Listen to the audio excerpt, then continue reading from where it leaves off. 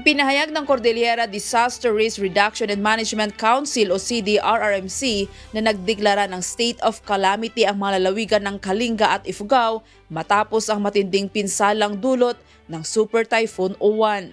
Iniulat ng Kalinga ang halagang 50 milyon na pinsala sa mga pananim, gayon din sa mga kalsada, silid-aralan at iba pang pampublikong infrastruktura. Sa Ifugao, patuloy namang pinagsasama ang mga ulat ng pinsala mula sa mga lokal na pamahalaan. Malaking tulong ang naisagawang preemptive evacuation upang mabawasan ang epekto ng bagyo.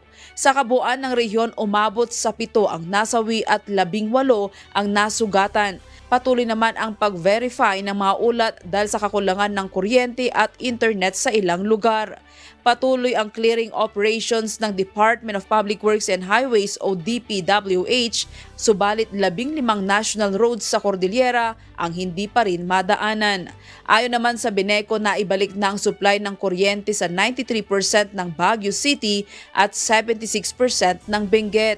Gayunman, may mga lugar pa sa Upper Kalinga at Mountain Province na nanatiling walang kuryente. Batay sa ulat ng DSWD, nasa 1,928 pamilya o katumbas ng 6,213 na individual ang nananatili sa mga evacuation center o pansamantalang nakikisilong sa mga kamag-anak at kaibigan. Sa bilang ng mga bahay, 88 ang tuluyang nawasak habang 1,602 ang nasira. Naka-red alert ang mga lalawigan ng Ifugao, Kalinga, Mountain Province at Baguio City, habang naka-blue alert naman ang Abra, Apayao at Benguet.